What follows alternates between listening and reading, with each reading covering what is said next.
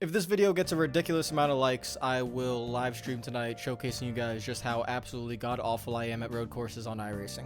So, yeah, hit the like button, but I'm not giving you guys a number because I really don't want to do it. I'm not even gonna lie. I am so bad at road course racing. I cannot do it. It is not within me. It is not my nature. I suck, and I've never driven the Indianapolis road course on iRacing, and I want to save myself the embarrassment. But if you guys really want me to do it, then I will do it. Miracles do happen. The likelihood of me actually live streaming tonight and going on the Indianapolis road course and actually trying it out is as likely as Martin Truex Jr. not winning the race today. And, well, it happened. So there are your odds, right? You get an idea of like what the chances are. And also, welcome to part 2 of the race review. I did part 1 yesterday, which was, I've never done a 2-part race review, but hey, when a race starts on a Sunday and ends on a Monday, you have a 2-part race review when enough things happen. This race was much better than I expected. And before I actually start, I want to give a shout out to all the Patreon members. I haven't been doing that recently, so I apologize. I just want to give a shout out to all the Patreon members as always for supporting the channel and help me get through this time of my life right now. So thank you guys as always for the support. And yeah, let's talk about the race. It was overall Sunday and Monday. It was so interesting. Like it was just the way Michigan drives with the next gen car, and when you have one truly dominant race car that doesn't win, it really was just a crazy race. Truly, I enjoyed it. The tires, there was no tire wear. Everyone was running the same in terms of tires, because it's just all about strategy. And we're going to talk a lot about Martin Truex Jr. today because he was the story of this race, yesterday and today. Chase Elliott was a big story, but in terms of just raw speed, it was Martin Truex Jr. That car, I'm being completely honest with you guys, I cannot think of a car as fast as that in my recent memory. I'm talking years, at least like 4 to 5 years. I can't think of a car as fast as that.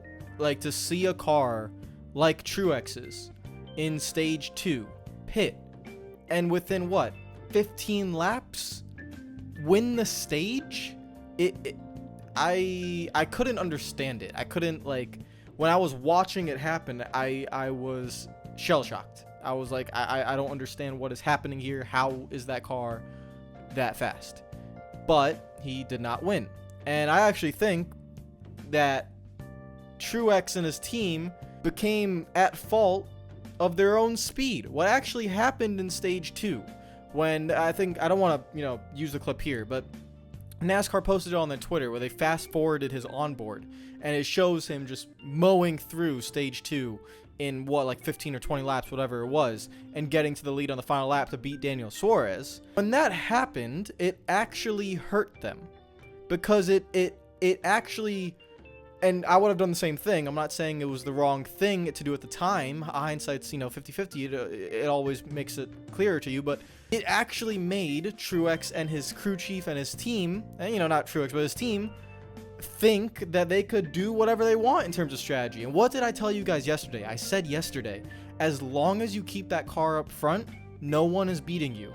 It's not happening. Just keep the car up front. And they had their reasons as to doing what they did, because if they pit at the end of stage 2, they're able to, take a lesser time on their pit stop and make up, 5 seconds on pit road, because they don't have to fill up the car with fuel. And in their mind, they thought, whatever track position we lose, we will gain back. That was the mistake. As I said yesterday, just keep the track position. No one will beat you as long as you keep the track position. And when that happened in stage 2, because the original plan was, I'm going to pit with 20 or 15 to go, right, in stage 2, I can make it on one more stop.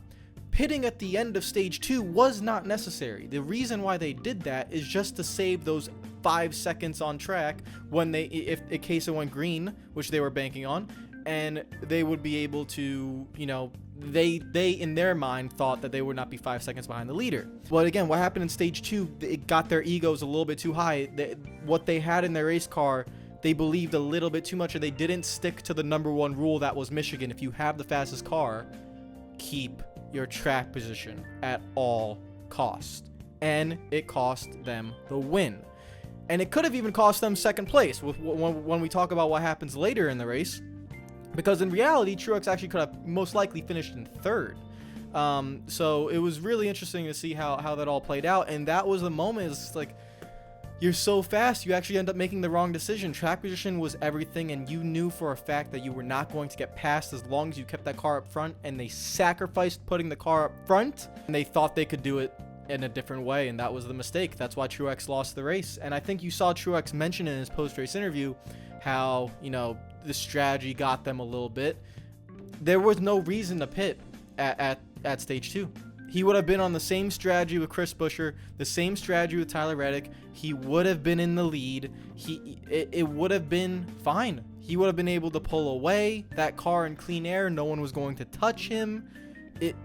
But that's the fault that they made, is they pitted at the end of stage 2, put themselves back, and then they had to go through the traffic. And then Reddick and Buescher in 1 and 2 are working together, not fighting each other, not side drafting. They're actually drafting and pulling away from the rest of the field, and the two of them were tag teaming on Truex. When Truex gets to third, he's about 4.5 seconds behind. 10 laps later, he's 6 seconds behind. Then he starts gaining back on them as the tires wear down 5.5 before the pit stops. And then this is where the actual winner of this race would have been Tyler Reddick, but the team screwed him over again. Another pit stop, final pit stop of the race, where Tyler Reddick's team and Tyler Reddick have a problem. And this time it's absolutely zero excuses whatsoever. If that rear tire changer gets fired, I would not blame the team. Like, it might actually happen. That's how bad the mistake was.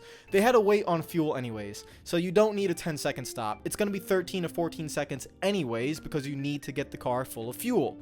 Again, that's what Truex was banking on, is that when he gets those extra 5 seconds that he can get on pit road, that he would be able to beat Reddick and Buescher on pit road. Reddick would have been in the lead.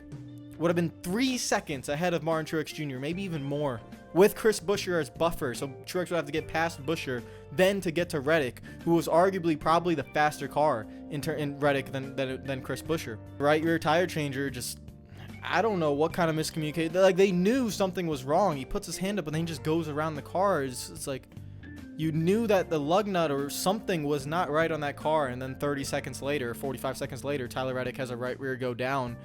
And I've never heard Reddick that pissed on the radio. He is cussing. Looked at it, and then hesitated, and then back in. Unacceptable. Yelling. He's very frustrated because this has happened multiple times this season where he's been in the lead on the final pit stop and it's thrown away. And this one literally is a throwaway. He beats Buescher off pit road. He would have beat Buescher off pit road anyways because of the amount of fuel that they were taking. Buescher was waiting. Reddick was able to go. He would have had a 1 second lead on Buescher. You're telling me Buescher would have been able to pass him in that dirty air if Truex couldn't pass Buescher?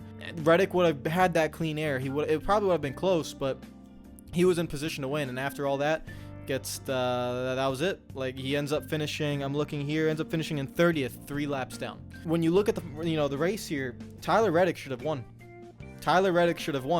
But before that, Martin Truex Jr. should have won.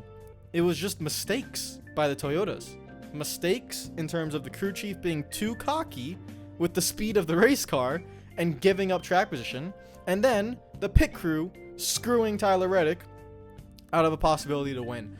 Those two incidents allows Chris Buescher, who has been, and I'm going to give him his credit because I don't want to sound disrespectful. I have not given Chris Buescher his credit. I did not see this coming.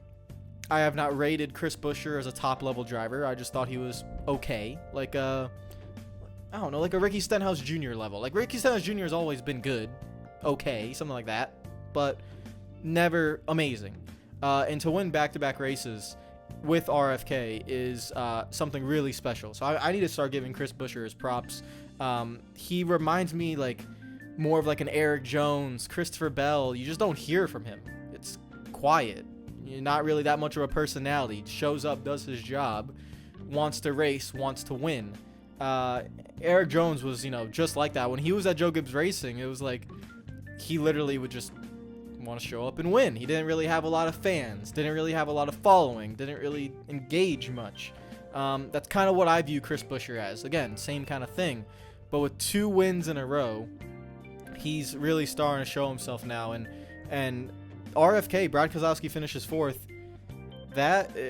What I have seen in the last like 2 months is that the Chevys have fallen off, Hendrick included. They like William Byron was the best Chevy, and they have fallen off, and they need to regain their speed somehow.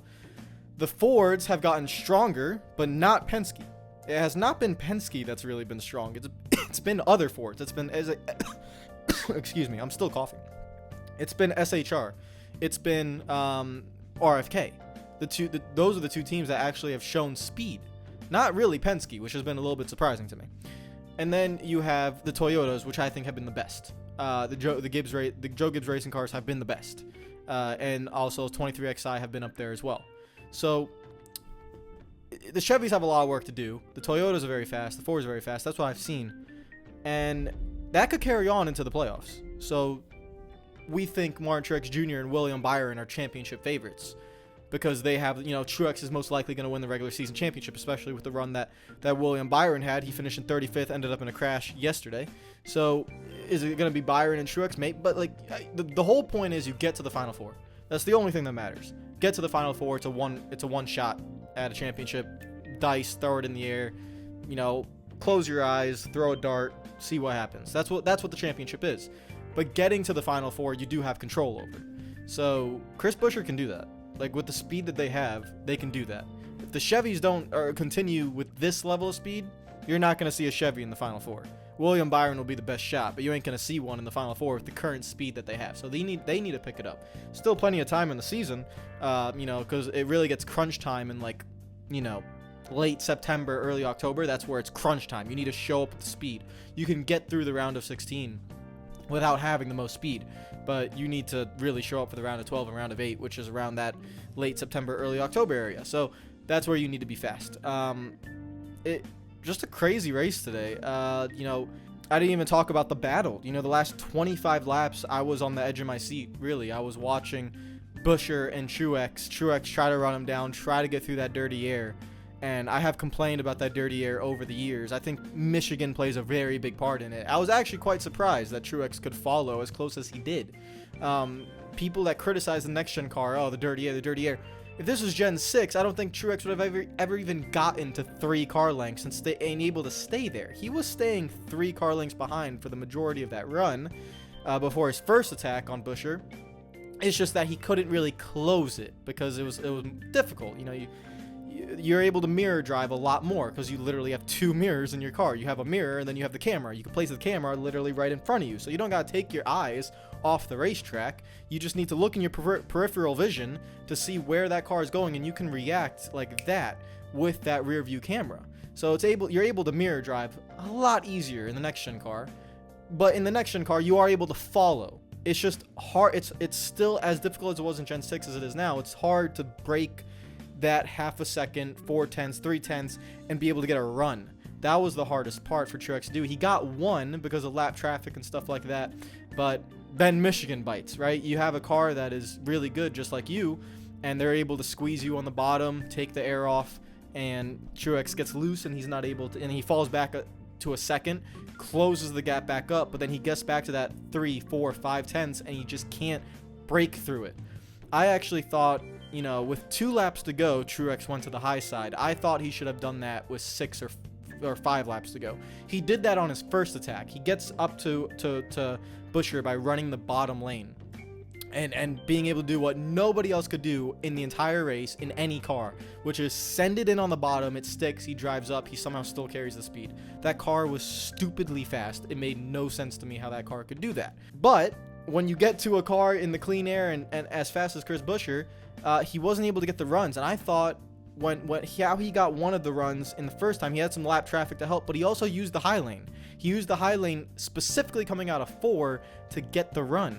And I thought he should do that again, but he wasn't doing it. He kept going on the bottom, kept trying to drive the car as he's been doing the whole day and get the run from the bottom, which is what he only was able to do. But I thought if he could just get to that 3rd lane, maybe just a few times coming out of turn 4, he could get enough of a run to then maybe send it on the bottom in 1 and 2 and try to get to that quarter panel. But I think he did that just a little bit too late. He did it with 3 or 2 to go, and he did make up a little bit of time doing that, but it was too late. But credit to Martin Truex Jr. as always, very clean race car driver. When he was underneath Chris Buescher, he could have easily hit him. He could have run him up the track. He didn't do any of that. He side drafted Buescher, but he didn't race Buescher dirty. And when he got loose, he got off the throttle, he saved it, all that stuff. And it's just a pleasure to see that, because Truex has always been a clean race car driver, and as I was talking about yesterday with how the racing etiquette's different, it's nice to see that at least he hasn't changed. I can't remember a time really where Truex has walled someone or been like over aggressive to a point of dirty. He's always been a very, very clean race car driver. I've always respected him for that, and he raced Chris Buescher the same exact way, and that's just how I believe racing should be. So that's just, you know, it is what it is. I like the entertainment and the drama of pissing someone off, but if I was Chris Buescher, if I was Martin Truex Jr., that is how I would want to race. Not, for example, the way Denny Hamlin has been racing Larson, or even when Larson races for the lead, he does the same thing. He'll throw some other guys in the wall. You know, that's like a different type of racing that, while it's for the win and it's acceptable, I prefer what Buescher and Truex did today. It was very, very clean between the two of them. It was a really fantastic battle, and to see that from Michigan is a breath of fresh air, honestly. I really, really enjoyed it. Shout out to Aaron Beard, and I need to use these more often, because you know how I show the race results? It's from NASCAR.com. I just take screenshots. But Aaron has a full list of the race results. I'm going to put that on the screen now. And you can see Buescher, Truex, Hamlin, Keselowski, Larson, Soares, Chastain, Harvick, Blaney, and Eric Jones round out the top 10. Eric Jones actually had a really good car, but he lost the track position same way that Truex kind of lost, but he couldn't get it back. So I just think track position was everything in this race, and I just didn't understand why they gave that up. Ty Gibbs is now on the bubble, I think, for the playoff standings. I think he's 3 above Daniel Suarez or something like that. Ty Gibbs is in 16th. Daniel Suarez is in 17th, with Bubba Wallace is 58 ahead. AJ Allmendinger is 24 behind, heading into 2 road courses. Alex Bowman ends up crashed today. He's 44 behind, I'm pretty sure.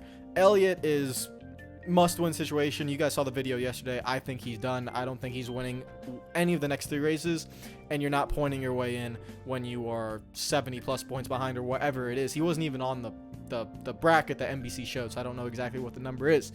And then you have Keselowski and Harvick, who are like a 100-plus. They would literally, for Keselowski or Harvick to miss, they would need Bowman, Elliott, and AJ Allmendinger to win one of the road courses. If those 3 guys win the next 3 races, then yeah, one of them would get eliminated, but that's probably not going to happen. So that's the bubble standings. You know, Bubba Wallace actually ended up finishing in 18th, which is a little bit of a shame because he had a very fast car, and he probably could have gotten a better finish today to get more before the road courses show up, because 58 points, I promise you, Bubba Wallace could lose 58 points in the next 2 road courses. He's not good, just like me. Actually, I'm way worse. I can't even drive a real-life race car at a road course. But, like, we don't like road courses, and that's just the nature of it. So that's how it's going to be. This has been a pretty long video. I've been rambling on. I apologize. Guys, what do you think of the race today? Over the last 2 videos, it's been like 35 minutes worth of race review. I felt like this race has given me more to talk about than I think any Michigan race could ever give me. It was truly fascinating, and I want to see if Truex's car passes post-race inspection. I'm telling you, I've never seen, in recent memory, I've never seen a car that fast to do something that no other car could do. Like, no other car could do what he did. So I would love to know whatever they found. You know, it reminds me of actually 2014 when Gordon and Harvick were as fast as they were. Those 2 cars were so much faster than everybody else that it was like, what did they find? Truex has found something. 100%. That 19 team have found something. They're going to keep it a secret. They're not going to tell anyone. They found something to make their cars fast everywhere. So he was my pick to win today. I was 1 spot off. And to be honest, I would pick him for Indianapolis road course, but that race is a little bit of a Hail Mary, because if there's a caution late, everyone's going to send it into turn 1. You could easily end up getting wrecked. So it's kind of like a wild card race. So we'll see how that goes. But Yeah, he's my championship favorite right now. William Byron was before, but unless Chevy get more speed, I see Truex being the championship favorite. And again, it's not even about being championship favorites. It's just about making the final race. Just make it at any cost. Throw the dart.